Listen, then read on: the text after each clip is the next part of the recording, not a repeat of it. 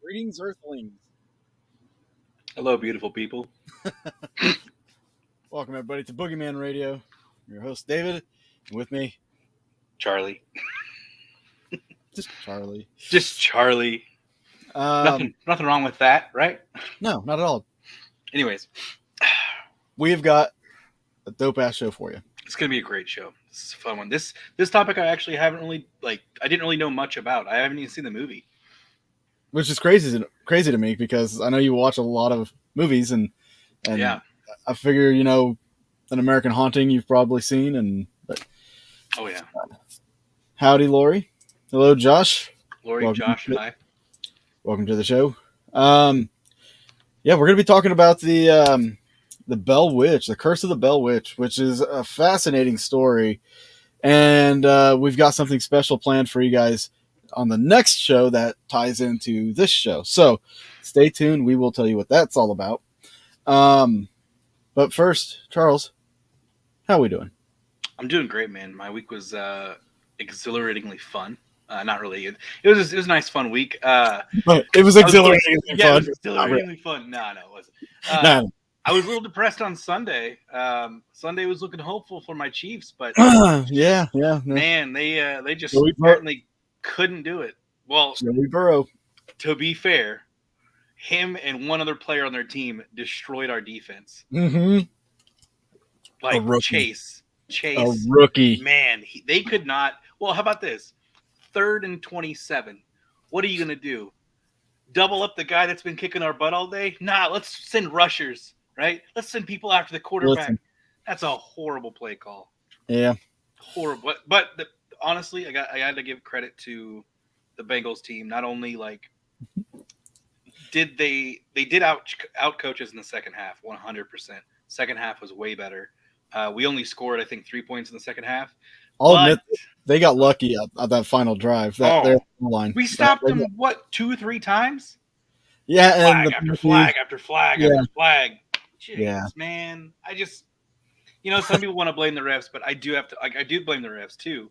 But I do have to give credit to the Bengals team. They did show up to play. So they sure did. Yeah, I can't be up too upset. But other than that, it's been a good week. Good. Starting off 2022 right. No chaos. No horribleness. Hello everybody. We're on the other side of the new year now. I actually feel like this year is going to be flipping amazing. Dude, I've been saying that too. I've been saying it for ever since January 1st. I've had this feeling like something big and awesome is going to happen. Not necessarily one big event, but just I feel like this year is going to be great. I do After too. the last 2 years that have just been And I don't know about you, but I've actually talked to other people that they feel it too. The same way too. Yes, yeah. Absolutely. It's a feeling, and I can tell you, right now, I'm so hyped for this new year just because I've got so much going on. Oh yeah. Yeah, you've told me your plans and what you've got in store for this year. I'm pumped for you, dude. It's gonna be a big year for you. But the biggest thing that I've got going on here is the Haunting History Paracon on October 7th and 8th in Joplin, Missouri. We've already started announcing speakers. We're getting hit up by a lot of people for being a vendor, nice. And I'm trying not to double up a bunch of the same stuff. But it's going to be a massive event. I think it's. Oh, I do. I have that feeling as well, man. I think it's going to be a great event for you. Yeah, not just for you, but for a bunch of people as well. Joplin, Missouri is a really good town or good area for the paranormal stuff. It's a great medium. It's a great, man. The people there, they turn out. They really do. Yeah. When I shot Into the Light and we did our first premiere there, we did 2 nights. And both nights at the theater we showed at, like we damn near sold out the theater on both nights, which is insane to me. Just being a first time film, and there it is, and boom, surrounding areas. I mean, well, you got to think. You got Oklahoma right there. You've got Kansas. You've got Arkansas, obviously in Missouri. Like, that's a good central location for. Yeah, Kansas City, Fayetteville, Arkansas, Springfield, Missouri. I mean, centralized. But like, it turns out I've reached out to some really cool vendors that I'm hoping to hear back from soon. One of them being Riggs's Monster Tattoos. Oh, sweet. I don't know if you know who Riggs is, but Riggs was the guitarist for Rob Zombie. Oh, cool. Yeah, I'm trying to get him and his shop out to be a vendor and maybe do some tattoo work out at the Paracon, which would be awesome. And he also has the Dragula car. Nice. Would he let people take pictures with it? That's the question. I think so, yeah. He's had it parked. Every now and then he parks it in front of the tattoo shop, and he puts like a velvet rope around it and stuff. Man. That's a winner in my book. Hell yeah. And I've reached out to a few more places that I'm fingers crossed. Let's get them in there. Absolutely. But yeah, it's looking really good right now. And I'm at, honestly, I'm pretty proud of where it's at this point, because at this point, last time I tried this, I didn't have shit. Hey, it's a work in progress, man. Yeah, that's why I got that feeling this year is going to be amazing. Just how easy everything's working out, and absolutely, and all that. Well, you got to. So when was the last time you tried to do one? I was supposed to have one going last year. Last year?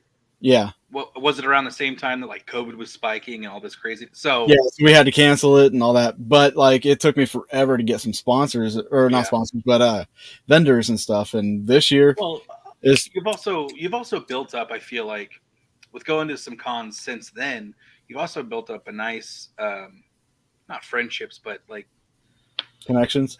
Yeah, you built up some really good connections over the past year too. So that really helps. It does. But I've also had some of these connections for years too. True. It was just the vendorship. Yeah, the vendors and all the timing and everything just coming through. But I hope it works out for you, obviously, and I hope it works out for the people, because I know people got screwed over in Vegas over last month or whatever, whenever it was. Yeah, so horrible mess out there. But anyways. Yeah. Good times. So real quick, one more time, I'll put this up real quick. If you guys want to check out more about the event, go to facebook.com/haunting history. Through the timeline, you can see some of the speakers that we've announced, like Justin Spurrier, Jessica Potter, who is the psychic that we had on the show and did a reading for Charles and I. Yeah. She'll be on there. We just announced Rick Park, a good friend of ours up in Kansas City. I've got another announcement I'll probably put out here in a couple days, depending on how soon they get their bio to me. And then another guy that I'm waiting for him to confirm that he's going to speak, and all that good jazz. A lot of after events, like there's going to be a gallery reading on Friday after the actual event by Jessica. She's going to do a big gallery reading. We are putting together. Can we reach out to Angel too? Yeah, Angel's. I don't know if she'll be able to make it. She might. We do have another psychic or a couple more psychics that are going to be there as well. I'll go ahead and tell. They're not speaking, but Denise and Ron Pridemore will be there. Dr. Rebecca Foster will be there as well. They're not going to be speaking, but they'll have a booth. Rebecca will. Denise and Ron, they just like to walk around anyway. So yeah. So they're going to be there. Sorry. Here in a minute, I want to tell you about something kind of funny that a spiritual friend of mine told me that kind of lines up with something Angel told me. So we'll talk about that in a second. We're also on Saturday, or also on Friday, we have a film contest going. So if any of you know somebody that likes to do some filming, just send them my way. I'll answer any questions they have. But if you go on the Haunting History Facebook page, you can get this information and a bunch more. Saturday, we're going to have a concert. There's going to be ghost hunts, and yeah, the bar's going to be open on Saturday too, like for the concert. So it's going to be cool. Going to be great time. Cool. Yeah, a lot going on. You got this, man. I got it. You got this. Then I have to find volunteers to help out when the event gets closer. Oh, that's true. Yeah, that's gonna be interesting. What's the date again? The date is October 7th and 8th. Boom. Joplin, Missouri. Guess I'm gonna have to save up some vacation time so I can go down there. Absolutely. I get 3 weeks paid vacation, so. Oh nice. shit! Yeah. That's awesome. Yeah. Get paid to go to Paracons. Yeah. And other things like when we went to Eureka Springs. Mm-hmm. I got paid that week. Can't beat paid that. for that week. No, it was great. Getting paid to go vlog and stay at the Crescent Hotel. Psh, man. No, Boogeyman Radios, they were hard to book. Yeah, they were too full, and the one guy, like weirdo with glasses and long hair, he's too complicated. A little cocky too, like he's a little bit very arrogant. Man, he doesn't work well with others. Clearly, Yeah, he needs better management though. I gotta fire my Bruce. Get over here. They're saying you're a horrible manager. Jeez, man, what are you doing? You answered any calls? You just laying back doing nothing. That's what I thought. Anyways. I don't know. They may make an appearance. We'll see. We'll figure that out. We'll pull some strings. Yeah. All right, guys. So enough about us. Yes. Let's jump into this topic, right? Absolutely. So show of hands. How many of you in chat have heard of the Bell Witch? Is that a baby hand? I know I'm not in chat, but it'll work. I should get some baby hands, shouldn't I? Like you should just like kind of raise them up and be like. That'd be perfect. That's something you need to invest in. All right, cool. Well, I'm pretty sure a lot of people have heard about it. I mean, I've heard about it, but I've never really dove into the subject. So it's technically known. Technically, it's known as like the first actual documented case of the paranormal in America. But if you think about it, I don't know if that's really true because the disappearance of the Roanoke people. Yeah, that's I would consider weird. That. It's pretty weird. Plus, I'm sure Native Americans probably have a lot of spiritual stories and stuff too. And they tried to document it on the walls of caves and rock. There you go. So teachings and stuff. Or what if them talking about their spirits and their legends and history? That's technically paranormal, right? Technically. Let me get into my work here. Your work? My work. All right. So the story of the Bell Witch, it centralizes around the Bell family. The witch isn't named Bell. A lot of people get that confused too. Like, was it the town Bell? No. The town I thought it was a witch that haunted a bell. That's what I thought it was. Right. Every time it rings. Yeah. Every time it rings, something happens. You never know. Yeah. This, mommy. Every time the bell rings, a witch disappears. I was gonna say instead of the bell ringing, getting its wings for an angel, a daemon appears or something. Yeah. Zach Bagans' heaven over here. Anyways, you'd be ringing that thing all day. Anyway. Come on here, David. Oh, he'd totally take that thing and put it in his museum too. Yeah. It'd be like ringing Don't it like ring it. The lunch bell. Exactly. Don't ring it. Only I can ring it because I can ward off the demon. I'm sure Spurrier's like, ha ha. Anyways, Adams, yes, in Adams, Tennessee. Adams, Tennessee. So yeah, this centralizes around the Bell family. John Bell, and this is the legend, okay? So at this point, not everything is known as factual. Okay, so what we're going to do in this episode is we're going to dive a little bit deep into this whole legend and different angles of this thing. We're going to kind of dissect it. So the legend has it that John Bell, who was a farmer from North Carolina, along with his wife and children, settled in the northern Robertson County, Tennessee in 1804. Their farm consisted of 320 acres of rich farmland and laid along the Red River, which, if you follow like paranormal theory and stuff, running water supposedly fuels paranormal activity. So that there's one strike against them right there, right? They lived a quiet and peaceful life here for the first 13 years. They were members of the Red River Baptist Church, where John became a deacon. The family grew and became somewhat prosperous. So deep!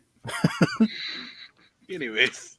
In the late summer of 1817, something would happen that would change their lives forever. Forever. I'm gonna have to get that now to play. That's a soundbite we need right there. Yes. The kid from what is this? Sandlot. Squints from Sandlot. Yeah. Forever. So some members of the family began seeing this strange-looking animals around their property. Then late at night, they started hearing knocking sounds on the doors and the outer walls of the house. Later, sounds were being heard in the house. Sounds of a rat gnawing on the bedpost, chains being dragged through the house, stones being dropped on the wooden floors, then gulping and choking sounds, which we're not going to go there. We'll save that for the After Dark. Right? The family was terrified. I'll leave that one alone. I just won't touch that one. It was a gawking sound. Was that a thing back in the 1800s? Because I didn't think it was. I'm pretty sure it was. Okay. For a long, nice bath. Anyways.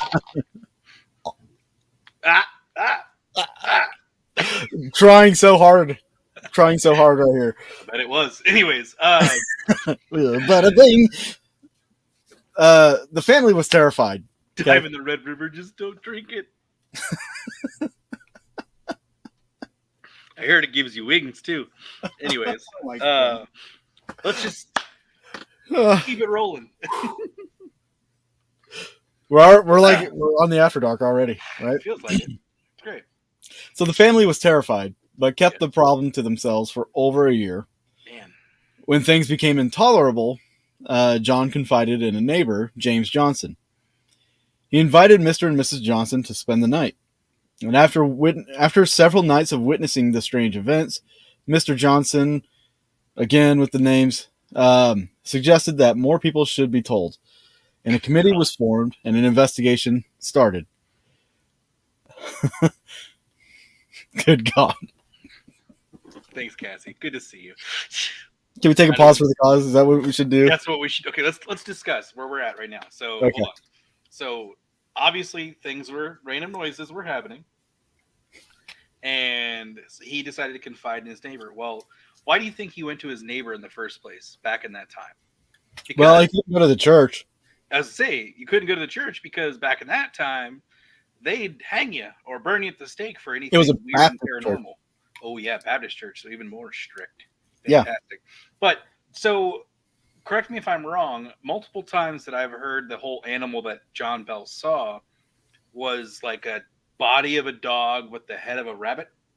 Yeah, something like that. That's most of the time that, out of probably a handful of people that I looked up and listened to / read, that's what they would quote, is that's what it was from, or that's what it would look like. Which is a weird combination. Yeah, I mean, very. What would you confuse that with, really? I mean, no, there's nothing. I don't know of anything that I've heard of cryptid-wise that has a body of a dog but head of a rabbit. You think maybe at times it was just misidentified as maybe it was a dog with like a wolf or something? Well, I guess it didn't ears up there with long flappy ears. That'd be like a weird, like what are those? Not coon hounds. What are those? Basset hounds? Where it's like the droopy face and the freaking long ears. Yep. So maybe he just saw one of those dogs, because I don't know what type of dog would have been bred around that time, or how big this creature was. Yeah, absolutely. You know? I mean, it's very interesting. I mean, it spooked him clearly. Yeah, but I also find it interesting that this is the story that technically kicks off the whole events. Is he saw this weird thing, and then boom, things started happening around the house. Yeah, and as we go further, I mean, the things that get revealed is like, how did that really tie into that? Yeah. And, you know? I mean, could it be a Native American thing? Because I've never heard of anything Native American-wise that has the body of a dog and the flappy ears like a rabbit. A Wendigo? Yeah, okay. Well, I mean... They have horns, though, don't they? Yeah, maybe. I don't know. I don't I know. I don't know. I I don't. don't know. I'd have to look at what the Wendigo looks like again. I can't remember. Right? But uh, I know. I mean, the only thing I can really think of is maybe a shapeshifter, but a shapeshifter could be anything. Yeah. You know, like now. Yeah, we'll get into some of the quotes of what the spirit said, but yeah, I find it interesting that that's what kicked off things, and it was John Bell specifically, and that's the one who was like The fly. Kotobuki, a Japanese chimera with the head of a rat, ears of a rabbit, horns of an ox, comb of a rooster. Only partial message showed up. I'm gonna see the whole thing. There's the rest of it. Oh wow, that's very interesting. Kotobuki, I think that's how you say it. Very weird, but very interesting. So, do you think the chimera would be here? I doubt it.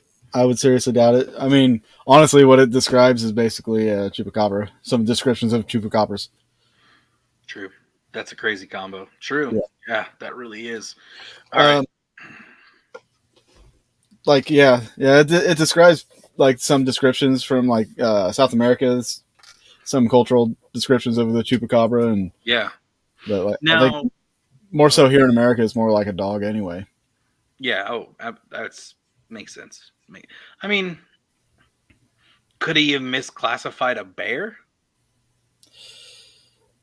That'd be hard to do. They don't have big ears What if this was a mutant bear? with big ears. That's. You never know. I mean, you never know. What if it was a moose with no horns and long ears? A moose in Tennessee. I don't know. All right, let's continue here. Just throwing out. Yeah. Anyways. So after he had his neighbors in to see everything, and his neighbors suggested that they tell more people. It wasn't long before people were coming in from miles around to hear and witness this unseen force that was terrorizing the Bell home. Uh, Before long, this unseen force had gained enough strength that it now had a voice. Before we go into the rest of this, didn't you say you had something on one of the people that came out there to see it? Yes, and I also do want to add, by this time too, the church did kind of get involved. He did go to the church, and he basically told the church and the townsfolk, "Hey, this is all happening in my house. This is just that's What are we gonna do? yeah, like I don't know what to do about it, but my house is being terrorized by a spirit. So Mm-hmm. fun times, but Yeah. thankfully, and um, the town was progressive enough to where they weren't going to burn him and his family at the stake. But yeah, they weren't trying to kill him at all, so that was good. I But think yeah, part of that was because he was rich. He had a lot of land. He was a deacon of the church, true. so Yeah, he had a very lot of involved. influence. That's true. He wasn't like a not so well known person. Yeah, that makes sense. But at the same time, though, it just got to be careful with things, especially with how big his family was. Yeah. And who knows? Like, I know we'll get in. Like, so one of the stories go that a certain general had heard wind of what was happening at the mansion or at the location, At the house. and and wanted to get involved. So he brought some friends along, and it was Andrew Jackson. Andrew Jackson apparently had heard the stories of the Bell Witch and wanted to get involved. So I'm going to read a little bit on Jackson and his time there. Now this is before he was president. This is just while he was a general in the military. Which fun fact, some of John Bell's sons actually served under served Jackson. Oh, cool. Well, sir, yeah, whatever. So some think this is true, some don't think this is true, but just for story's sake, we're going to read it anyways. So widely spread was the news about the Bell Witch that people came from hundreds of miles around hoping to hear the spirit's shrill voice or witness a manifestation of the vile temper.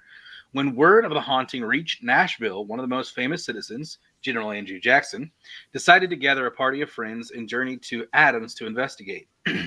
The general, who had earned his tough reputation in many conflicts with Native Americans, was determined to confront the phenomenon and either expose it as a hoax or send the spirit away. A chapter in M. V. Ingram's 1894 book, An Authentic History of the Famous Bell Witch, considered by many to be the best account of the story, is devoted to Jackson's visit. General Jackson's party came from Nashville with a wagon loaded with a tent, provisions, etc., bent on a good time and much fun investigating the witch.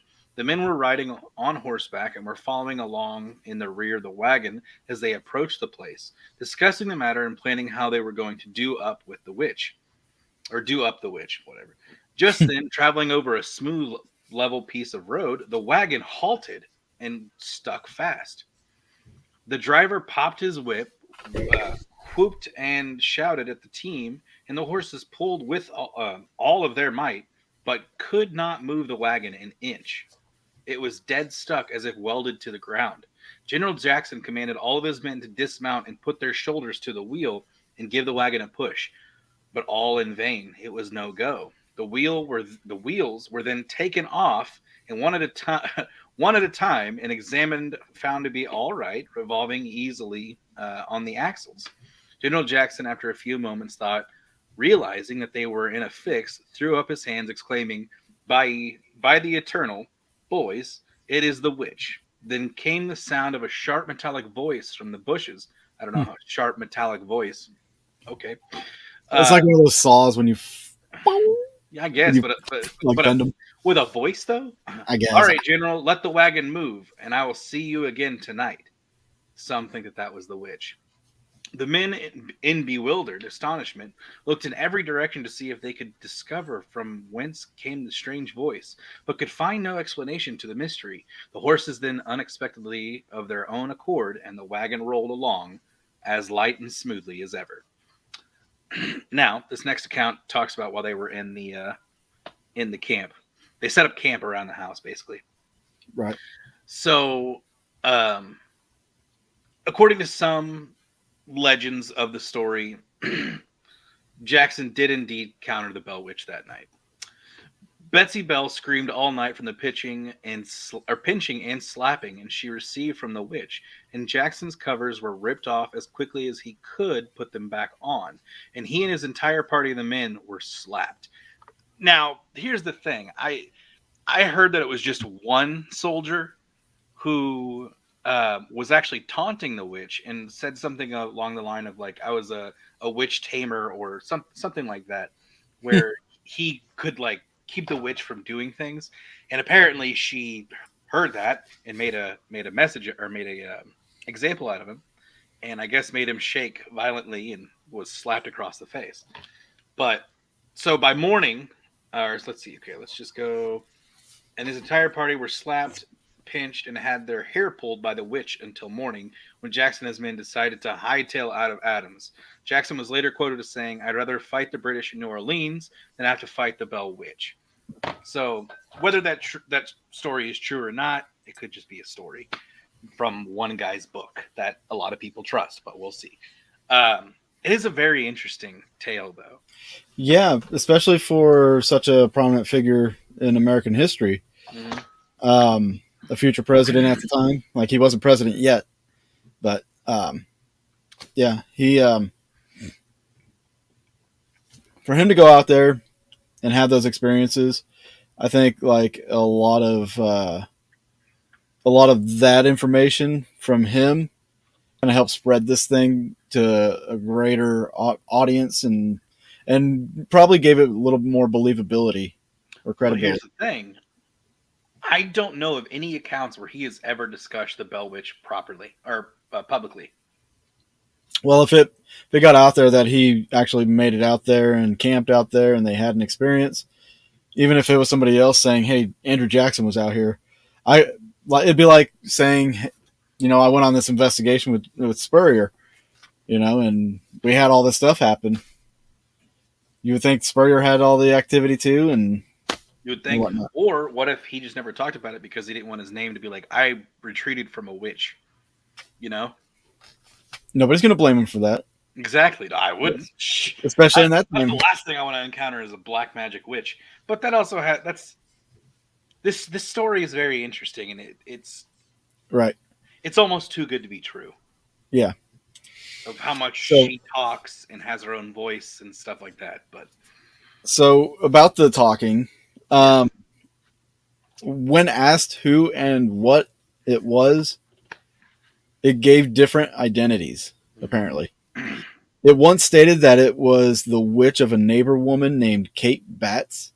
This is what many people believed, and from then on, this unseen force was called Kate, the Bell's Witch.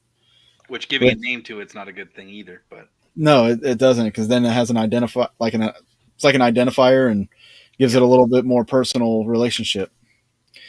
Um, I'm so part of the family. Anyways, it seemed that Kate had two main reasons for visiting the Bell home. The main one was to kill John Bell. For what reason, no one knows, because Kate never really gave a reason why. And when we say Kate, we're talking about this entity. not the The second reason was to stop young John, or to stop John's youngest daughter, Betsy, from marrying a certain neighbor boy named Joshua Gardner. So, over the next 3 years, Kate tormented the family members of the Bell family almost daily. John and his daughter Betsy were the ones who received the worst of the physical abuse. Betsy had her hair pulled, she was pinched, scratched, stuck with pins, and even beaten.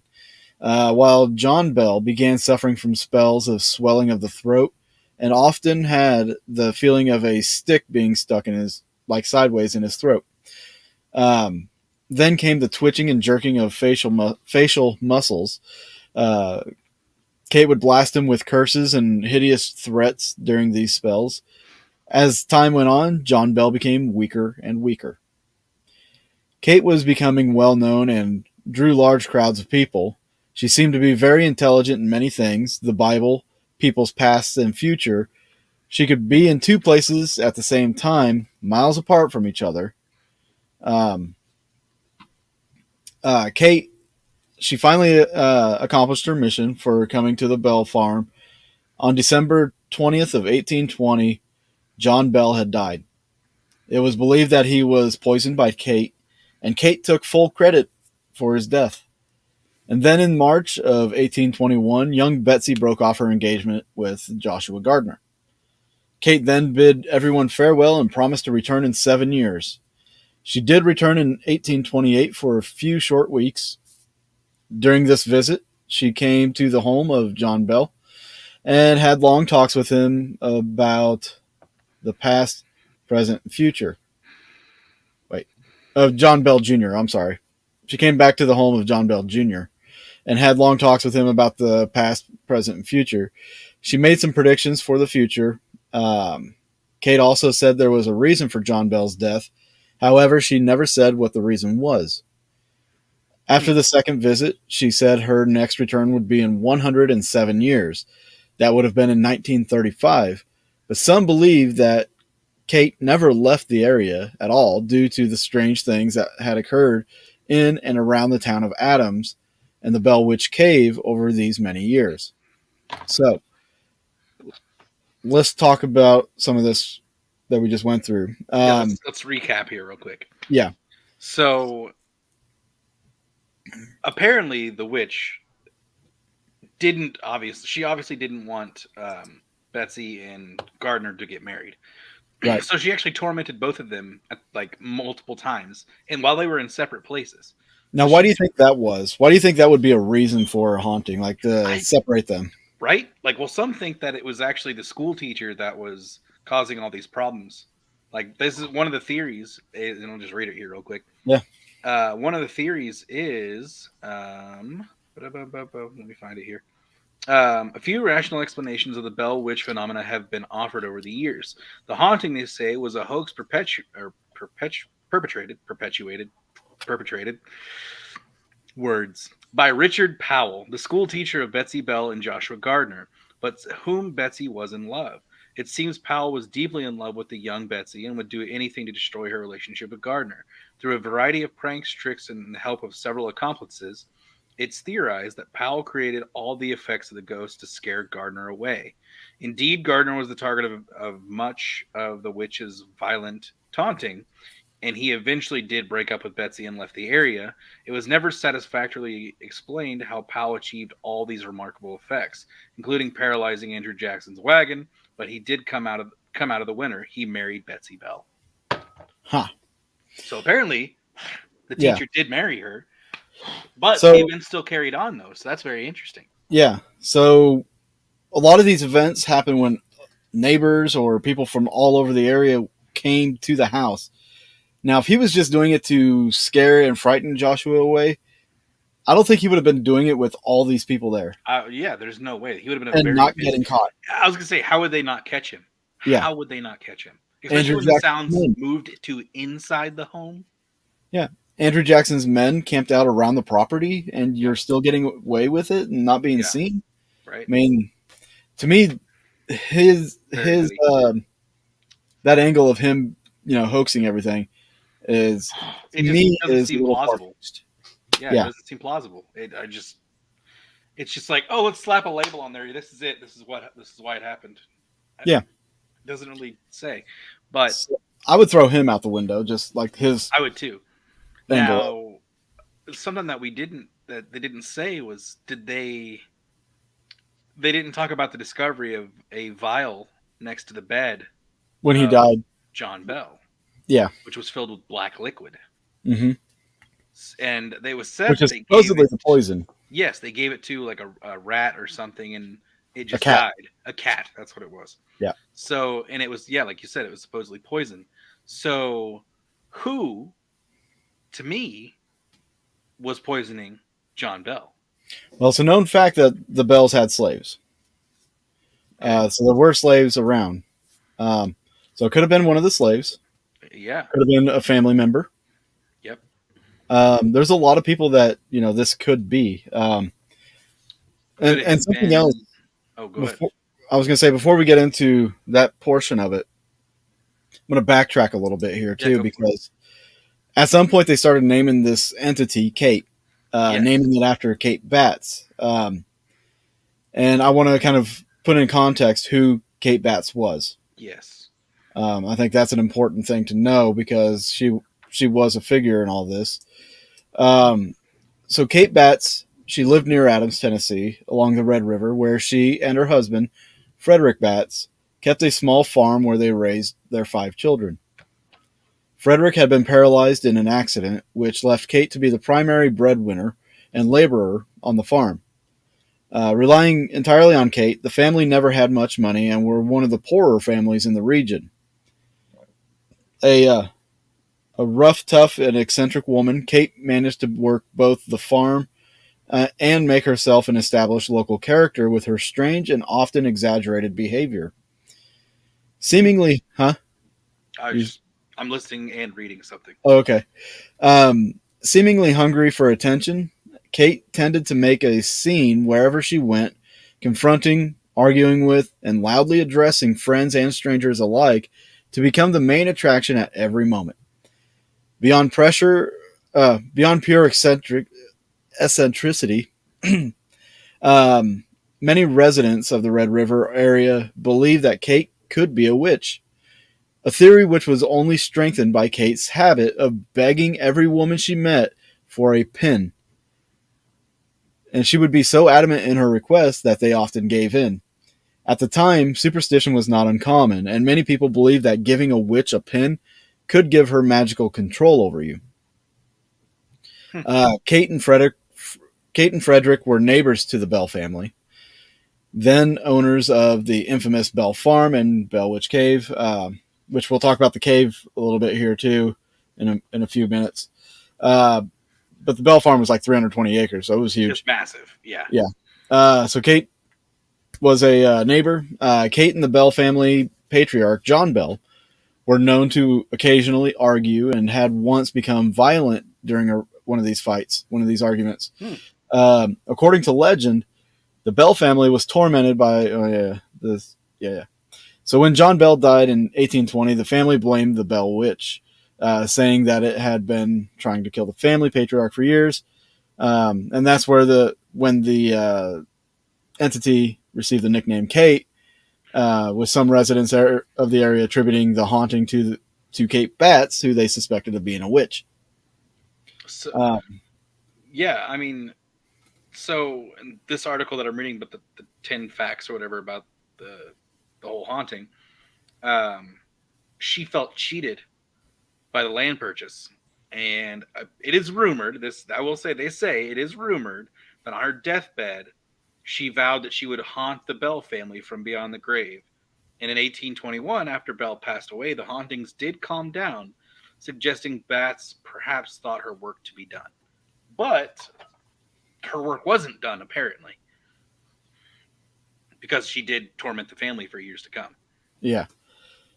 But the cave would be a perfect place for her to stay. But she also denied any involvement in witchcraft, right?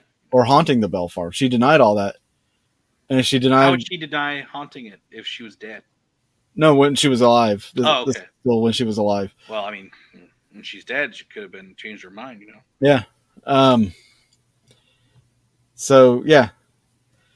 And the entity that was haunting the Bells, apparently it seemed happy to be called Kate, like it accepted the nickname, and it actually started responding whenever people would call it by the name. Kate Batts outlived John by 22 years. She passed away in 1842. So yeah, and they say that the entity known as Kate is still on the property today, and haunts like the cave on the northern side of the property. So, jeez, let's see here. Rough, tough, and eccentric. And then Jay came, and she's like, all right, I'm coming out of retirement. Like, all right, fine, I'm done. Let's do this.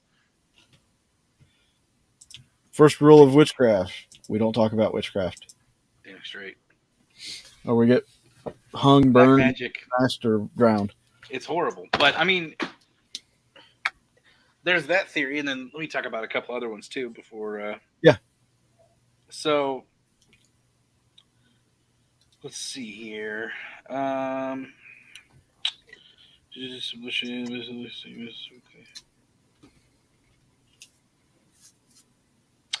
So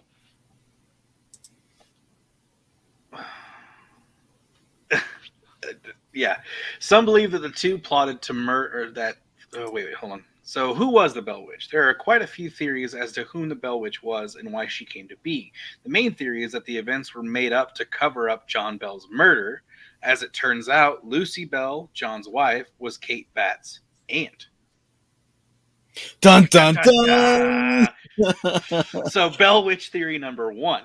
Some believe the two plotted to murder John and created the witch phenomena to divert suspicion. Interestingly, out of all the members of the Bell family, Lucy was always treated kindly by the witch, managing to altogether avoid the witch's wrath. If Lucy just wanted to kill John, why would she torture her own kids? That's a good question. Others claim that Kate Batts, being the powerful witch everyone thought she was, summoned a demon to torment the Bells, and after John took advantage of her family. Anyways, this lower entity was told to continue wreaking havoc on the Bells until John died. Apparently, the Bell family home was built over a Native American burial ground, which helped fuel the demon's presence in the house. Now, I know that land was very, it is confirmed that it was a very Native American land. Yes. Like, there was lots of Native American, and there were Native American burials. Yes, exactly. So, I heard a story, just real quick. I heard a story about, I don't know if this is going to be in your thing or not, about the boys digging up a skull. And that's actually something that, which I can't remember which, was it Richard Bell? I can't remember which I don't remember which one it was. So one of the boys and his friends were out in the woods, and they were actually digging, and they found a skull in the ground, and they decided to actually pull the jaw off of the skull, and kept the main part of the head of the skull in the ground, put it back, and then took the jaw home. Well, I guess Dad had found what they had, and he told them to return it immediately. He didn't want, because he knew that it was Native American burial ground, so he didn't want anything. No bad juju. We don't need bad juju. Exactly. So I guess one of the boys took the jaw and threw it down on the ground very fast. Yeah. And as it hit the ground, it hit it really hard, and then they picked it back up and then took it to the burial ground. Well, I can't remember who it was, but when they were asking about, because when they asked questions about the spirit, they were trying to figure out why it was there, how it got there, and all this kind of stuff. One of the answers that was given was the spirit was actually there because of a tooth that was like in the foundation or in the house. That it was remains of a tooth in the house. So some think that story, one of the teeth got lodged from that jaw and fell into the property somewhere. Either fell into the property or in the floorboards of the house, or exactly. Or so that's one of the theories that what it was. Yeah, it was an unrestful spirit. What? The jaws hit the floor. Exactly. Yes. Yeah. Exactly. So whenever and legend says, if you were to remove Indian artifacts or, go to a burial site and take bones or whatever, you would be haunted or bad things would happen. Yep. And the only way to restore everything is to take it back, put it back, apologize, and leave. Yep. So if they did, in fact, lose the tooth, that body was never completed. That the grave was never completed back to where it was at. So, with that being said, they couldn't find the tooth. I read that they looked for it, but they couldn't find it. No. So the haunting had continued, obviously, and the curse actually went through the family lineage. Like, even to this day, some people believe that the family is still cursed. Yeah, and even some of the family members believe this. I was going to say that was something that one of the videos that talked about it, and I came across, and I'll go ahead and reference it. I came across this TV show done by A&E called Cursed, the Bell Witch, or whatever. I think that's what it's called. And one of the lead investigators of that is a descendant of the Bell family. And his story is that his son is the next in line to feel the wrath of the Bell Witch, which he does list off past family members that have had very interesting ways of dying. And it's always been the firstborn male or something of like that. So it's very, very interesting. Yeah, so he's worried about his son, and I'm gonna watch that episode. I'm gonna try to watch the entire show before next week because of something. But yeah, I'm excited. We got like 12 minutes. We can announce it at this point. Shoot, throw it out there. So just so everybody knows, this episode was chosen for a reason, because next week we have a gentleman on who is very knowledgeable on the subject. He's done extensive research and everything.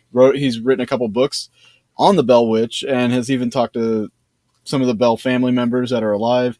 And he's going to be joining us next week to dig in deeper and get more of the truths and get to the bottom of things. And he's got some very interesting information that he's going to be letting everybody know about. We're going to go deep. So deep. Dive much. I grab some rocks from inside the cave and from the burial area. You idiot.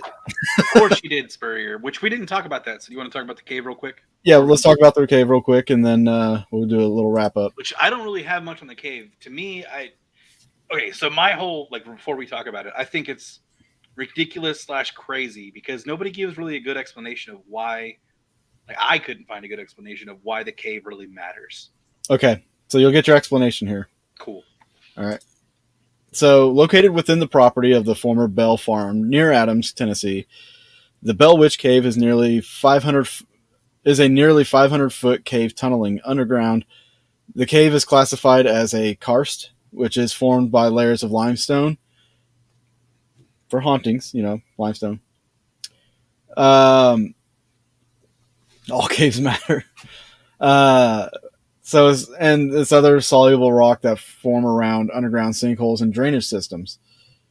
Karst caves, which occur naturally and form over time, are often pitted with holes and feature many crevices and fissures. According to legend, the Bell Witch Cave is thus named for the malevolent and violent spirit that resides within its dark depths. The Bell Witch is thought to have taken up residence in the cave, using it as shelter and making the area her final home, after having tangled with the Bell family, who lived on the property sometime in the early 1800s. Other accounts of paranormal activity in and around the Bell Witch Cave include a strange tale of a child becoming stuck within the cave, only to be saved by the witch, and many other visitors have reported hearing voices, seeing unnatural creatures, or feeling uneasy near the cave. Despite harrowing tales of encounters with the Bell Witch, visitors are still able to take a tour in the cave today, which is now privately owned. The Bell Witch Cave is open for tours in summer and fall months. Inside the cave, they actually found an Indian burial. And if I remember correctly, I do believe the remains were removed. Yes. So why is the cave important? Number one, for activity. I mean, it's freaking limestone, and I'm sure there's some quartz in there too. But you got that next to the Red River. There's a lot of stuff there to help fuel paranormal activity, theoretically. And if the Bell Witch could take up residence in there, I mean, that'd be a good place to store your energy, right? What's the cave made out of? Do we know? The cave? Yeah. Yeah, limestone. Okay, did you say that already? Yeah. What's that? A couple times. So limestone. Probably some quartz in there too. You never know. Yeah. Jeez. Yeah. And exactly. Don't forget the gift shop. Yes. Don't forget it on the way out. Always.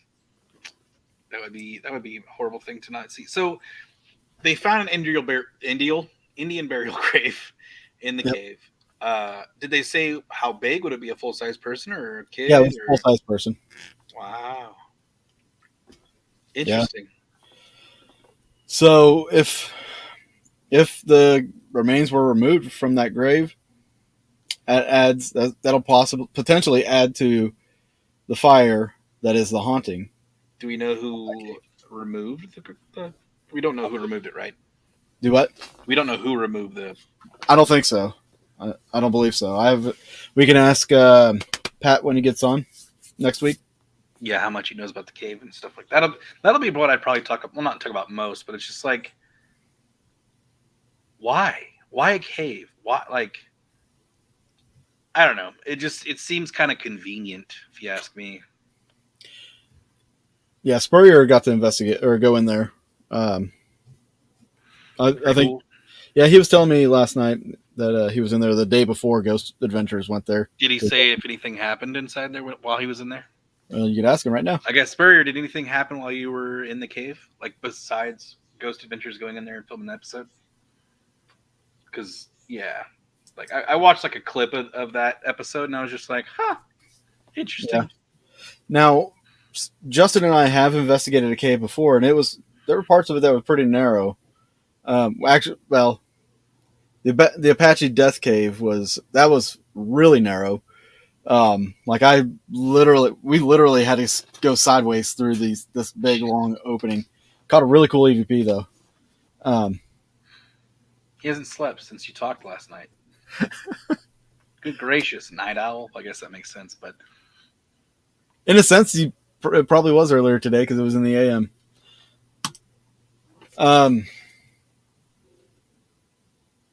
Yeah, that was before he worked for the show. I got a couple of EVPs, but that's about it. Okay, interesting. So, because I don't know. It just the thing about caves is, they're so quiet. Yeah. Until something makes a noise. Well, I mean, what I think about is, okay, so do they associate the cave because it's on the property of the Bells? Is that why? Yes. So why do they think it's the witch? Do they have any evidence that suggests that it's the Bell Witch that haunted the Bells? Like the entity that haunted? Yes. Whatever haunted the Bells, do they have physical evidence, like EVPs or just asking questions with certain devices? Well, I know there's a lot of investigators that do go out there and do some investigating and stuff. So, I mean, that'd be up to the paranormal community to come forward with that kind of information. But as far as I know, I don't know of anything linking the two. But everybody just associates it because it's on the Bell's property, and people have been investigating and picked up stuff. So they think since there's an entity in there, it's got to be the Bell Witch, right? It's on the Bell property. Yeah, I just But I'm under the impression more of that it's a Native American thing because of see. all the. That's what I was thinking too. Is I'm wondering if it has anything to even do with the Bell Witch. Yeah, the original house isn't even there anymore either. In fact, I do have a picture of the original house Oh, from. here. Hold on. Bell Witch site. Lots of tragic things happen in the area, which are conducive to the hauntings. Interesting. Okay. Wait, that's the original house? That's the Bell House. I Wow. believe I got this from a website about the Bell Witch. They said that this was the original Bell House. This picture was from 1909. I'm sure this is gone now. I think it's a field, if Okay. I'm not mistaken. So yeah, I mean, with the like I said, with all the stuff and Native Americans have been in that area for Okay. So God knows. It's not not the original that's house. what a Bell Witch site says. No. Hmm. Interesting. I would love if there's any pictures of the original house. I would love to see those. Yeah, that'd be amazing to see.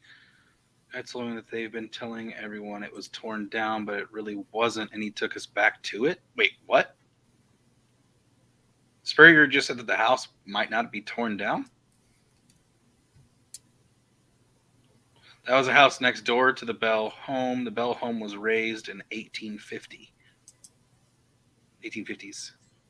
Interesting. Very interesting. And I agree, Dana. I don't know if it would be, but I mean, here's the thing. With a lot of the intelligent responses that the witnesses gave that was being said from the spirit, whatever it was, it seems like it would be more intelligence because it spoke English. It's like than a Native American. So Well, I don't know. it said it had legends. The legend says that it had full understanding of the Bible, Yeah, past, present, and future. which that doesn't sound like Native American to me. Well, if it's an entity drummed up from the Native Americans, something that's like a protection, like a watcher kind of thing, Yeah. like if it was something for protection, land protection, I mean, I'm sure it would have some kind of knowledge and be able to communicate. It's like aliens coming here and then using their brains True. to telepathically communicate in English or whatever language. Well, I and mean, I was thinking maybe it was one of the other theories is it was a curse. The land is cursed. Um, but why specifically John Bell? yeah. And why the daughter Betsy? Why did it go after Betsy? Now I did, and I didn't read the article. I just kind of seen the headline for it. I did see an article that was written that in the 1930s, I believe it was, there was a town in Alabama that had some bad stuff happening. They believed that the Bell Witch was haunting that town Huh? as well. So I'm gonna have to look that up, see if I can find it again, Moved and around a see what that lot. was all about. Well, okay. Here's the thing: if the Bella Witch had said that she was going to come back 100 and something years later, that to Which would me have been in the counts out. 1930s. Yeah, that to me counts out Kate, unless it was actually like Kate coming back to haunt somebody. Well, they were But just calling. I think they were just calling the entity Kate. well, I know, but I'm saying that one of the theories that it was Kate. Oh, her that summoned this Yes. thing, and Yeah, so I'm just like kind of like axing it out. Like I don't think it was Kate, but well, if she did summon it, what if she died before she could banish it? and then, so it just stayed around. Yeah. Possibility. Very interesting. Because yeah, that's what I'm saying is like it could be a multitude of. It could have been Yeah, somebody using a cursing Ouija board. someone. Like using Yeah, a Ouija board, and not yeah. closing it out. You Yeah, know, I that's mean, true. Well, I mean, and I mean, they were. Nope, it wasn't. Okay, interesting. hey, for the Bell Witch site, if you have any pictures of the old homestead, or not the original house, obviously, because if it was raised in the 1850s, you won't have a picture of that. But if you have any like interesting photos or anything of, you know, what people have captured, like from investigating or anything like that, I would love to see them. Um, the real, yeah, Yeah, we agree. Yeah, we had that up on and you're right, Dana. It was a time of witches back then. There people were still. I know the news of, or not the news, but the essence of Salem definitely traveled fast and far with paganism and stuff like that. So Now, for those of you who have not joined our Patreon, after this show, we are going to go over to our After Dark show, which is basically an extension of this show for our patrons, which will be going here in just a minute or two. Starts at 9:15, but we do have a Patreon page if you want to join us on that. There's the link for our Patreon page. That's what you'll search for. We do have more that we're going to talk about with this. But some of the articles that we'll be bringing up and the information we'll be bringing up is the science behind this alleged curse and some of the possibilities of what actually happened to John Bell. yes. If you're not, if you don't want to join our Patreon, that is fine. But I will say next week we are going to have Pat Fitzhugh on the show to help clarify a lot of things and to give us some information about this curse and some more of the incidences. And also, I'm curious to find out from him like what some of the family members have said and experienced and everything like that. So, Howdy. I'm guessing that's the Bell Witch side is Pat. That's awesome. Okay. I think. Couldn't tell. Yeah. So if it is Pat, then I'm going to save, because I was going to ask a couple questions. But if it is Pat, I'm going to wait till next week to ask those questions. Yes. There's a lot of, that's the thing with legends, and stories that are especially this old. This is almost 200 years old. Yeah. So it's like playing the telephone game. What's true? What's not? It is. There's a lot to stuff. The guilty is charged. So, there's a lot of facts that can't be verified. A lot of information that can't be verified because it happened so long ago. Unless we have a time machine, we won't know. Oh yeah, but it's all speculation unless people have done the research and have talked to several other family members and stuff like that. Which he could answer the question about the family members. So yes. We'll do that next week. Again, I want to say thank you all for joining us. Yes. Here on Boogeyman Radio, we are going to switch over to the After Dark show. So if you want to join us on Patreon, you're more than welcome to. We're happy to have you. And we're going to continue this over there. And then, like I said, next week, Pat Fitzhugh will be on to do an interview and talk about the Bell Witch in more depth and with factual knowledge. Yes, not just speculation. So, hope everybody enjoyed the show. We will see you next week. Same time, same place.